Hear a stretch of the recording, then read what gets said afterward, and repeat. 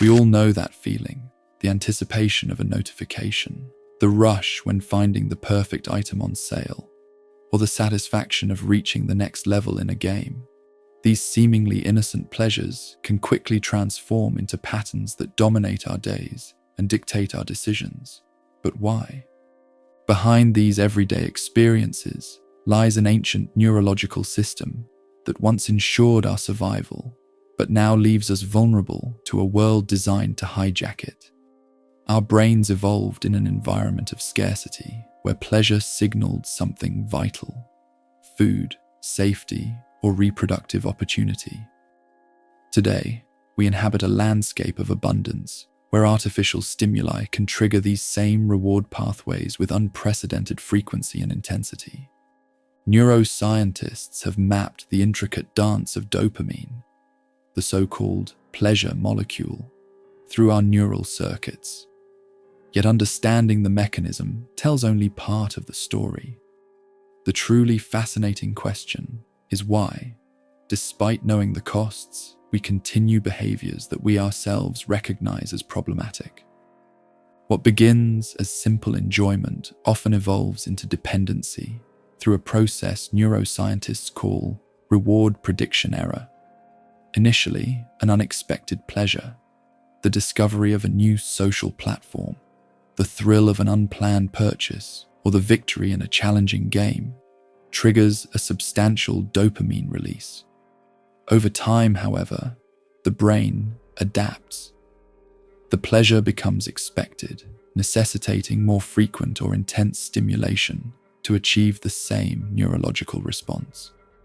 This isn't merely about willpower or moral failing. Modern addiction science reveals a complex interplay between our biology, psychology, and the environments we navigate daily. Companies investing billions in engagement algorithms understand this biology better than most of us do, and leverage it accordingly. The understanding of an addiction's grip lies at the center of addiction. Neurobiology sits the mesolimbic dopamine pathway, often called the brain's reward circuit. This neural highway connects the ventral tegmental area in the midbrain to the nucleus accumbens, creating that sensation of pleasure or satisfaction when activated. This system evolved to reinforce behaviors essential for survival, not to handle the constant stimulation of today's digital landscape. Crucially, dopamine isn't just about pleasure, it's about learning and motivation. Each time this circuit activates, it strengthens neural connections associated with whatever triggered it. Dr. Nora Volkow, director of the National Institute on Drug Abuse, describes this process as the brain learning to prioritize a specific behavior. This prioritization happens below conscious awareness, explaining why logical understanding of addiction often fails to prevent it.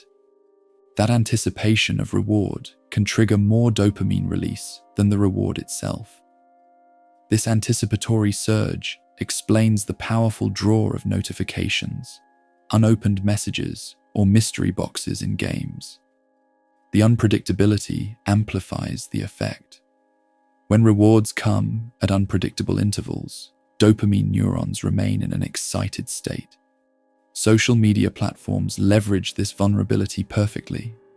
You never know when you'll receive likes or comments, keeping you checking compulsively.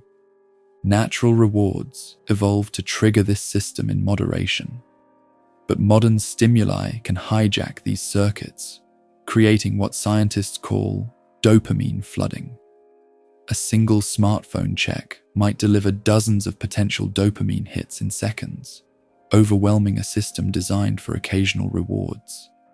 With repeated exposure, the brain adapts through neuroadaptation.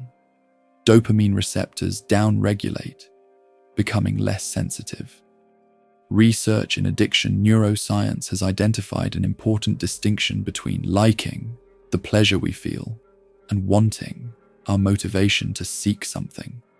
In addiction, a critical shift occurs where wanting dramatically increases while liking decreases. we develop intense cravings for experiences that no longer bring us genuine enjoyment.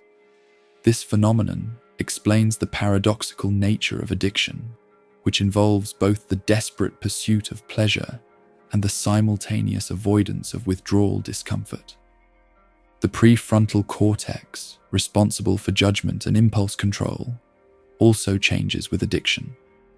Brain imaging shows reduced activity in these regulatory regions during addictive behaviors, explaining the disconnect between knowing something is harmful and continuing it anyway. Dr. Judson Brewer compares this to a car with broken brakes. The prefrontal cortex is supposed to inhibit impulsive behavior, but with addiction, that mechanism fails. These effects by measuring dopamine patterns in subjects using social media. Initial exposure produced substantial dopamine spikes, but these diminished with repeated use unless subjects encountered novel content, which temporarily restored the response. These same neurological patterns appear whether studying substance addiction or behavioral dependencies, like social media use, shopping, or gaming. The brain doesn't distinguish between a drug-induced dopamine surge and one triggered by the perfect online purchase or gaming achievement, a biological reality that explains why digital behaviors can be genuinely addictive, not merely bad habits. The science of addiction perfectly explains our complicated relationship with social media.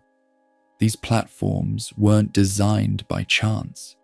They emerged from systematic testing of what captures and maintains human attention. Facebook's former president, Sean Parker, admitted that the platform was designed to exploit a vulnerability in human psychology by creating a social validation feedback loop. Every feature of social media targets the dopamine system with surgical precision. The infinite scroll eliminates natural stopping cues, keeping the brain in a state of perpetual anticipation. Variable reward schedules, the same mechanism that makes slot machines addictive, appear in the unpredictable timing of likes, comments, and notifications. Each notification represents a potential social reward, and the brain's reward system evolved specifically to prioritize social connection. The most telling evidence comes from design choices, like removing chronological feeds in favor of algorithmic ones.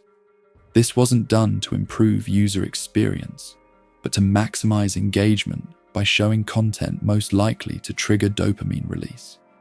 As former Google design ethicist Tristan Harris notes, if you control the menu, you control the choices. The menu has been carefully crafted to keep us consuming. Social comparison, a powerful driver of behavior, amplifies these effects.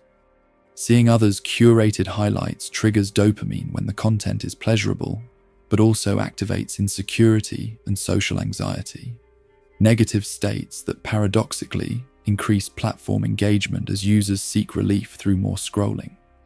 There is a clear correlation between social media use and increased depression, particularly among adolescents who compare their ordinary moments to others' extraordinary ones. The social validation loop creates a particularly powerful form of intermittent reinforcement. A post receiving significant engagement delivers a dopamine hit far stronger than daily use, conditioning users to keep posting in pursuit of that occasional viral success. Former tech executives like Chamath Palihapitiya have expressed regret about helping build these systems, acknowledging they've created short-term, dopamine-driven feedback loops that are destroying how society works. The brain's difficulty distinguishing between digital and physical social connection further complicates matters. Humans can maintain about 150 meaningful relationships, yet social media creates the illusion of maintaining hundreds or thousands. The prefrontal cortex struggles to override the feeling that these connections are meaningful, even when they demonstrably reduce well-being. Notifications exploit our attention in particularly insidious ways. Our attentional systems evolved to notice movement and color changes in our peripheral vision, once critical for detecting predators. Social media notifications leverage these same perceptual mechanisms, causing an involuntary attentional shift whenever they appear. The brain's reward prediction circuitry then creates craving to check the notification, making even momentary resistance feel uncomfortable. Shopping addiction operates on the same neurobiological principles as other behavioral dependencies, yet manifests with distinct characteristics that reflect our complex relationship with material possessions. While once limited to physical retail environments, digital commerce has amplified these mechanisms by removing friction and maximizing accessibility. The modern shopping experience has been engineered to exploit reward prediction error at every turn. The anticipation of acquiring something new activates the nucleus accumbens more powerfully than the actual possession. This explains why the hunt for products, browsing, comparing, imagining ownership, often delivers more pleasure than having the item itself. The hedonic treadmill quickly normalizes new possessions, diminishing their reward value and prompting the search for the next dopamine hit. E-commerce platforms have systematically eliminated natural stopping points in the consumer journey. One-click purchasing removes cognitive friction that might otherwise interrupt impulsive buying. Personalized recommendations leverage data about past behaviors to predict and suggest items most likely to trigger dopamine release. Limited time offers create artificial scarcity, activating the brain's loss aversion circuitry. We experience the potential loss of an opportunity more intensely than the potential gain of savings. Fast fashion, particularly, exploits these mechanisms by emphasizing constant novelty at affordable prices. The research into the dopamine dressing phenomenon demonstrates that acquiring new clothing items triggers significant dopamine release, particularly when the styles represent self-expression or identity signaling. The temporary mood elevation creates a conditioning loop, associating shopping with emotional relief. The unboxing ritual represents a perfect crystallization of consumer addiction. The multisensory experience of opening packaging prolongs the anticipatory pleasure through several micro moments of reward. Touching the package, hearing the sound of opening, smelling new products, and finally seeing the item. Each step triggers small dopamine bursts that collectively create a powerful reinforcement mechanism. This explains the massive popularity of unboxing videos. Viewers experience vicarious dopamine activation through observation. Sale events and discounts exploit the brain's reward system with particular efficiency. Functional MRI studies show that perceiving a deal activates reward regions independently of the actual value obtained. Researcher Scott Rick found that the perception of saving money produces neural activation patterns similar to those of monetary gains, despite the net financial outcome being negative. The brain effectively celebrates spending as winning. The insidious genius of modern consumerism lies in its ability to create artificial needs that trigger genuine biological cravings. Each purchase briefly satisfies the craving, but simultaneously strengthens the underlying neural pathway, making future cravings more intense. For compulsive shoppers, the urge to purchase activates the same brain regions involved in drug cravings, suggesting shared neurological mechanisms between substance and consumer addictions. Video games represent perhaps the most sophisticated application of reward psychology ever created.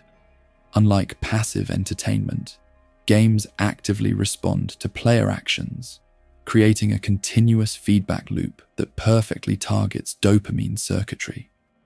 Game designers explicitly discuss compulsion loops, cyclical gameplay mechanics that keep players engaged through strategic dopamine management. These loops typically involve setting goals, creating obstacles with the right difficulty balance, and delivering variable rewards. Modern games employ hundreds of interlocking compulsion loops operating at different timescales, from moment-to-moment combat rewards to long-term character progression systems. The concept of flow, a psychological state of optimal engagement identified by psychologist Mihaly Csikszentmihalyi, guides game design. This state occurs when challenge and skill are perfectly balanced, creating sustained focus and time distortion. While flow can be beneficial in many contexts, games leverage neurological data to maintain this state with unprecedented precision, essentially optimizing the player's brain chemistry to maximize engagement duration. Achievement systems transform abstract in-game actions into concrete rewards through badges, trophies, and completion percentages. These artificial accomplishments activate the same reward pathways as real-world achievements.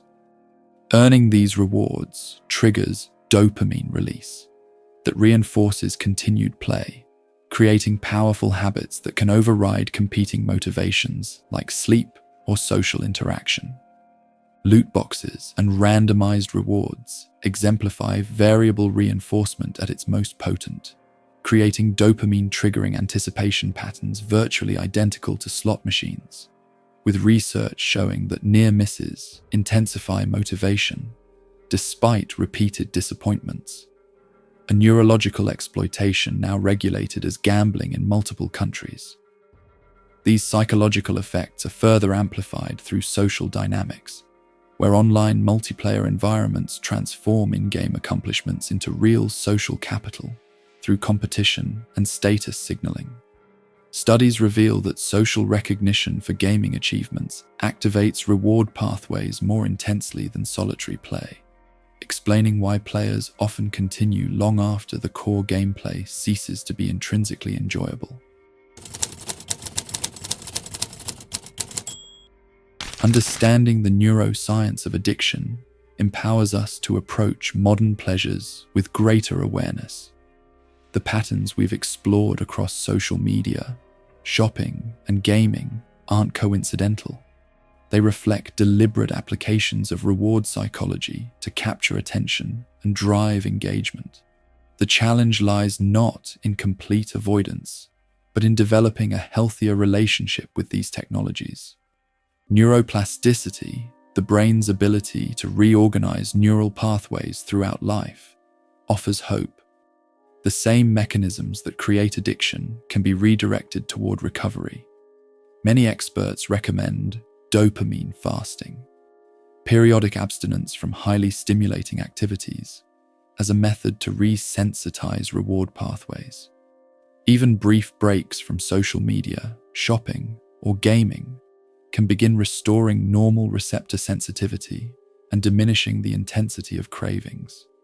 Mindfulness practices show particular promise in addiction treatment by strengthening the prefrontal cortex's regulatory capabilities. Mindfulness training creates measurable changes in the brain regions involved in craving and self-control. By observing urges without automatically acting on them, we can weaken the conditioned association between cues and behaviors. Environmental restructuring represents another powerful approach. The environment typically trumps willpower in behavior change. Simple modifications like removing social media apps from home screens, disabling notifications, or using website blockers can reduce exposure to triggering cues. These friction-creating strategies leverage the same principle that tech companies exploit in reverse, making addictive behaviors require more effort than the brain wants to expend. The emerging field of digital wellness applies behavioral science to technology design. Features like screen time limits, grayscale displays that reduce visual stimulation, and usage analytics represent initial attempts to create more balanced engagement patterns. Companies like Tristan Harris's Center for Humane Technology advocate for ethical design principles that respect neurological vulnerabilities rather than exploiting them. The goal isn't to demonize technology or modern pleasures, but to engage with them intentionally. By understanding how our neural architecture responds to different stimuli, we can make informed choices about when and how we seek pleasure. The same dopamine pathways that can lead to addiction also drive motivation, learning, and genuine joy when properly calibrated. The challenge of modern life isn't eliminating pleasure. It's cultivating a sustainable relationship with it. If you found this exploration of our addicted brains enlightening, drop a comment sharing which of these everyday addictions resonates most with your experience. Your insights help shape future episodes. And if you know someone struggling with their relationship to technology, sharing this video might be the perspective shift they need.